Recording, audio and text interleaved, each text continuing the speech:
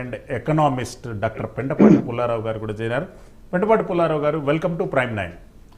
పుల్లారావు గారు, ఎట్లా చూడాలండి ఢిల్లీ లిక్కర్ స్కామ్లో హైకోర్టు ఈరోజు సంచలనాత్మకమైనటువంటి తీర్పు ఇచ్చింది. 23 మందికి ఎవరికైతే క్లీన్ చిట్ ఇచ్చారో వాళ్ళందరికీ సమన్లు జారీ చేసింది. భవితవ్యం ఎట్లా ఉండబోతుంది ఢిల్లీ లిక్కర్ స్కామ్లో ఉన్నటువంటి నిందితులది? ఒకటి మీరు ఫోటో కూడా చూపెడితే బాగుండు.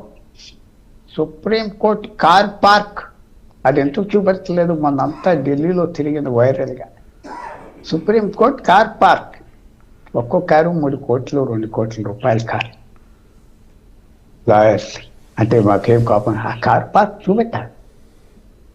ఇదంతా అంటే మీడియాకు కొన్ని డూస్ అండ్ డోంట్స్ ఉంటాయి కదండి. లక్ష్మణ రేఖ ఉంది, దాన్ని కోర్టు ఏదైతే దాన్ని ఆబ్జెక్షనబుల్ అనుకుంటుందో వాటిపైన మేము ముందుకెళ్ళలేము. ఓకే, మనకి ముఖ్యంగా ఏంటంటే ఇది తప్పకుండా రివ్యూ చేస్తారు.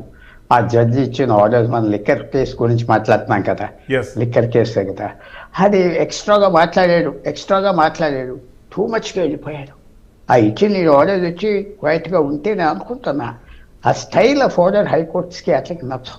ఎక్స్ప్లెనేటరీ ఆర్డర్స్ కాదు కదా, అది కండెమ్నేటరీ ఆర్డర్స్ ఇచ్చాడు, టూ మచ్గా ఇచ్చాడు. సో న్యాచురల్గా రియాక్షన్ వస్తుంది. తర్వాత ఏమైంది, తర్వాత ఇది ఫేరా కదా బయటకు వచ్చేస్తాయి. తర్వాత మనం కూడా చూస్తున్నాం, లోవర్ కోర్ట్స్ ఇన్నసెంట్ అందరికి ఇచ్చారు. పాపం ఆ స్వామి రహీమా ఎవరు, ఆయనకు కూడా మన పెద్ద స్వామి ఉన్నాడు, ఆయనకు కూడా లోవర్ కోర్ట్స్ ఇన్నసెంట్ అన్న 9 సంవత్సరాలు 5 సంవత్సరాల పైకి అన్ని లోవర్ కోర్ట్స్ అలాగే ఇచ్చేస్తాయి. సో తప్పకుండా మనం అది ఇన్నసెంటా గిల్టీ అంటుంది. మన జ్యుడిషియల్ ప్రాసెస్ అలా ఉండాలి, మన లీగల్ ప్రాసెస్ అలా నడుస్తుంది. తప్పకుండా చేంజ్ తేవాలి. పర్టిక్యులర్గా హై ప్రొఫైల్ పీపుల్ ఉన్నప్పుడు, వాళ్ళ కరప్షన్ ఉన్నప్పుడు, పర్టిక్యులర్గా ఎవరైనా మనకందరికి తెలుసు ఎక్కడెక్కడ ఉన్నాయో, అది తప్పకుండా కొత్త విధానాలు కావాలి. ఆర్టిఫిషియల్ ఇంటెలిజెన్స్ వాడాలా? ఎవరో ఎలక్షన్ గెలిచేయడని నా క్లీన్ చిట్ అంటాడే ప్రజలు. ఎలక్షన్ గెలిచాక క్లీన్ చిట్ అంటున్నారు కదా చాలామంది, ప్రజలు ఒప్పుకున్నారని. సో ఇవన్నీ తప్పకుండా మనకు మార్పు కావాలి. రాబోయే రోజుల్లో ఈ చట్టం చాలతలేదు, ఈ కోర్టు చాలతలేదు ఆ మెనోవరబిలిటీకి. సో చూడాలి. ఇప్పుడు హైకోర్టు ఒక్కో కేసులో ముందరికి వెళ్తారు, మళ్ళీ హైకోర్టు డంప్ చేస్తారు. హైకోర్టు కూడా కొట్టేయచ్చు, సపోర్ట్ చేయదు. But definitely there's time. Reform అనేది మాత్రం తేవాలి, లేకపోతే కదా ఇందాక వారు చెప్పినట్టుగా లాయర్ గారు పేదవాడు అయితే జైల్లో కూర్చుంటాడు అన్నది కరెక్ట్. పుల్లారావు గారు, ఇంకొక ప్రశ్న అండి. కేవలం కాంగ్రెస్ పార్టీని సెటసైడ్ చేయడానికి అరవింద్ కేజ్రీవాల్కు క్లీన్ చిట్ ఇచ్చారని చెప్పి చాలా రాజకీయ పార్టీలు ఓపెన్ కామెంట్ చేశారు. ఎట్లా స్పందిస్తారు దీనిపై? అది నేను ఒప్పుకోను. అంత ఇంటెలిజెన్సు బీజేపీలో, అంత మెనవరబిలిటీ, అంత ఫోర్సైట్ చేసే సెల్స్, బ్యాక్ రూమ్ బాయ్స్ వేరే నా వ్యూ. అంత దూరంగా ఆలోచిస్తే అసలు వాళ్ళని ఓడగొట్టకూడదు. ఎవరిని ఓడగొట్టకూడదు? బీజేపీ కేసీఆర్ని ఓడగొట్టకూడదు, మమతా బెనర్జీని ఓడగొట్టకూడదు, కేజ్రీవాల్ ఓడగొట్టకూడదు. వాళ్ళే కాంగ్రెస్ పార్టీని ఖతం చేశారు కదా, ప్రాంతీయ పార్టీలు. ఎప్పుడైతే నువ్వు ప్రాంతీయ పార్టీలు ఖతం చేసింది, మమతా బెనర్జీ చేసింది కాంగ్రెస్, కేజ్రీవాల్ కాంగ్రెస్ చేశాడు, పంజాబ్లో చేశాడు, ఢిల్లీలో చేశాడు, కేసీఆర్ తెలంగాణలో చేశాడు, జగన్ చంద్రబాబు నాయుడు ఆంధ్రాలో చేశాడు. సో ప్రాంతీయ పార్టీల్ని అంత దూరంగా బీజేపీ ఆలోచిస్తుందంటే నేను అనుకోవట్లేదు. అంటే బీజేపీ మిత్రులు ఎవరినో ఉంటే ఫీల్ అవుతారు. అంత దూరదృష్టి ఉంటే ఆ పని చేయరు. ఆల్రెడీ డ్యామేజ్ చేశారు కేజ్రీవాల్. డ్యామేజ్డ్ గుడ్స్ మళ్ళీ ఏదో సవారీ చేసేస్తాడు, గుజరాలు వెళ్ళిపోయి గుర్రం నొక్కుతాడు, ఇవన్నీ అయిపోయింది. ఆ గాలి అలాగా చాలా కష్టం. ఒకసారి దిగిపోయాక మళ్ళీ ఏదో ఇంపాక్ట్. అంత ఇంటెలిజెన్స్, కన్స్పిరేటరీ, రేరు, లాంగ్ డిస్టెన్స్ స్ట్రాటజిక్ ఆలోచన అని ఉన్నాయంటే మాత్రం ఐ డిఫర్ లేవు. ఎస్, శేషు గారు ఫైనల్ కన్క్లూజన్ వర్డ్స్ ఏం చెప్తారు? శేషు గారు, సతీష్ కమల్ గారు కన్క్లూజన్ ఎట్లా? అంటే ఈ పూర్తిగా పొలిటికల్ కన్క్లూజనా, జ్యుడిషియల్గా ఒక నిర్ణయం వస్తుందా, లేదు అంటానంటే ప్రజలు దీన్ని నిర్ణయిస్తారు? నేను ఏమంటే అది పుల్లారావు గారితో నేను డిఫర్ అవుతున్నాను. అంటే నేనేం బీజేపీ కాదు, నేను ఒక సీనియర్ జర్నలిస్ట్ అండి పుల్లారావు గారు.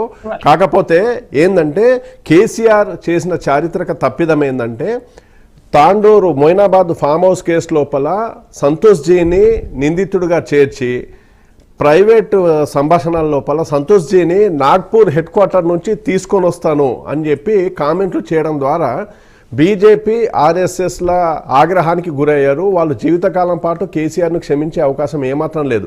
సర్దుబాట్లు చేసుకునొచ్చేమో కానీ కేసీఆర్ను అది క్షమించే అవకాశం లేదు.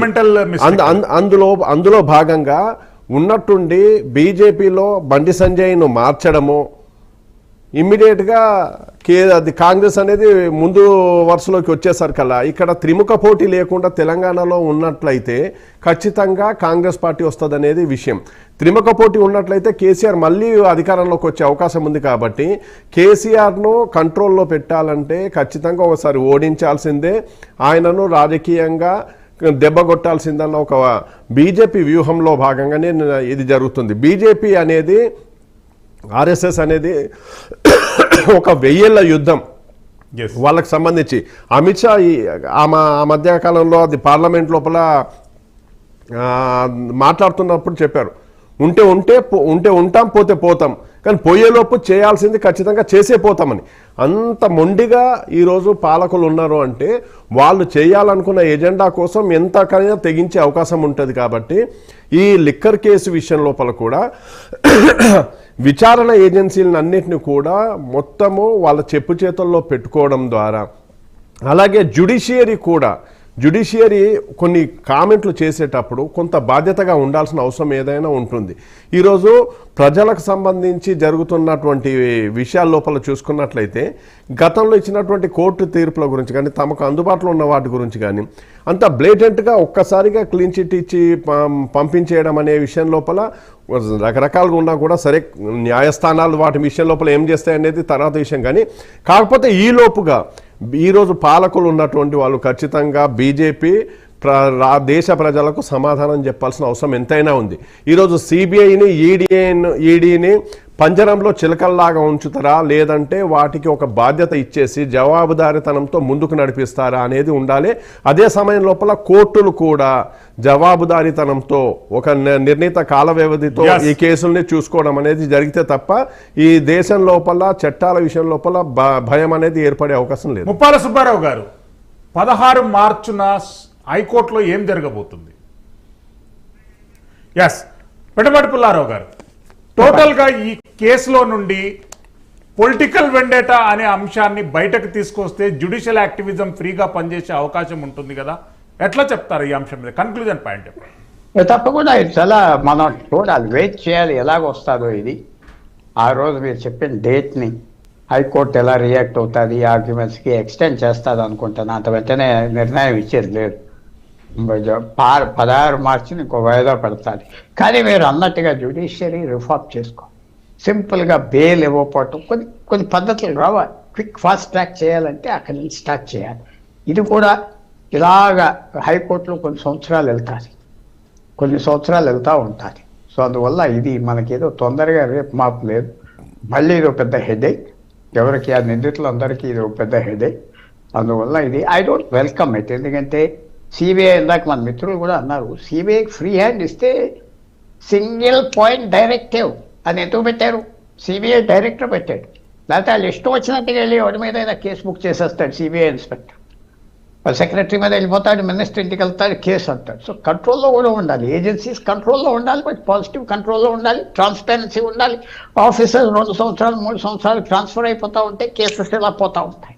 సో రిఫార్మ్ కావాలి, లేకపోతే పాలిటిక్స్ ఆనెస్ట్ పొలిటీషియన్స్ కూడా సఫర్ అవుతారు. ఆ రిఫార్మ్ వస్తుంది. రిఫార్మ్ లేకపోతే ఇదంతా ఉపయోగం లేదు. కంట్రోల్స్ ఉండాలి, ట్రాన్స్పరెన్సీ ఉండాలి, పబ్లిక్ వాచ్ చేయాలి, పబ్లిక్ డిస్కషన్ చేయాలి, జడ్జిమెంట్స్ డిస్కస్ చేయాలి, అందరూ ఆలోచించాలి. పబ్లిక్ కూడా డ్యూటీ మాత్రం ఉండాలి. అంటే ఈ కేసుతో భారతీయ జనతా పార్టీ మైలేజ్ సాధిస్తుందా, లేదు అంటే -% సాధిస్తుంది? అవన్నీ ఫ్యాక్టర్ అయిపోయింది. మన ఎలక్షన్లో ఏదో ఢిల్లీలో ఎలాగో పవర్లో కూర్చున్నాం. మొన్న కేజ్రీవాల్ జైలుకి వెళ్ళకుండా ఉండగా పవర్లో కూర్చున్నాం. ఎందుకంటే 3 ఎలక్షన్స్ ఎంజాయ్ చేశాడు, ప్రజలకు కూడా మొహం మొత్తేసింది. ఇది నేను అనుకుంటున్నా భారతీయ జనతా పార్టీ దీనివల్ల ఉపయోగం రాలేదు. భారతీయ జనతా పార్టీ దీనివల్ల ఉపయోగం రాలేదు. ఇది చాలా సెట్ బ్యాక్ వచ్చింది. లాంగ్ టర్మ్లో చూస్తే అది లోకల్ నాయిస్, లోకల్గా లీడర్స్ పటేల్ ఇచ్చేసేయాలని ఏమొచ్చింది? తమిళనాడులో ఒక చిన్న ఉదాహరణ ఇస్తున్నా. 2024 పార్లమెంట్ ఎలక్షన్స్లో మేము గెలిచేస్తాం సీట్లు, 40 సీట్లు, ఏడీఎంకే వద్దు, ఎవరు వద్దన్నాడు అన్నామలే. 0 సీట్లు వచ్చాక నిద్రపోయింది బీజేపీ లీడర్షిప్. గవర్నమెంట్ పోయే పరిస్థితి తీసుకొచ్చారు. 40 సీట్లలో 0 సీట్లు. సో నవలేని రిటైర్ చేశారు, పళనిస్వామి ఏదైతే మళ్ళీ తీసుకొచ్చారు. సో ఈవేళ ఒక పార్టీ అధికారంలో ఉండి చేస్తుందంటే వాళ్ళు అన్ని తెలిసి చేస్తున్నారని అనుకోకూడదు. గవర్నమెంట్, ఒక ముఖ్యమంత్రి, ఒక ప్రధానమంత్రి వాళ్ళు కూడా తప్పులు చేస్తున్నారు. అది క్రిటికల్ తప్పులు అయితే క్రిటికల్ డ్యామేజ్ వస్తాయి, అయితే పట్టుకుంటా వెళ్తారు. ఇది ఒక పెద్ద మిస్టేక్. కేజ్రీవాల్ అవనే లేకపోతే కవిత అవనే అంత పెద్ద విశేషంగా బిల్డప్ చేసేసి చేయటం, అంత మంచి పని అవిందో పొలిటికల్గా, లేకపోతే అంత మంచి పని అవిందా జ్యుడిషియల్గా చీప్ చేశారా అది ఆలోచించుకోవాలి. మనకి బ్లాక్ అండ్ వైట్ ఆన్సర్స్ లేవు క్లియర్గా, ఇది తప్ప కొంచెం ఆలోచించుకోవాలి. ఓవర్గా చేశారా, కొంచెం మోడెస్ట్గా చేస్తే బాగుండునా, ఇంకా బయటికి తీయవచ్చా, అవన్నీ కొద్దిగా తప్పు చేశారేమో. సెన్సేషనలిజం అయిపోయింది కదా, సెన్సేషనల్ కేసు అయిపోయింది కదా, అది ఆ సెన్సేషనలిజం మాత్రం తేవటం మంచిది కాదు. థ్యాంక్ యూ పెండపాటి పుల్లారావు గారు, అదేవిధంగా సతీష్ కమల్ గారికి ధన్యవాదాలు. ముప్పాల సుబ్బారావు గారికి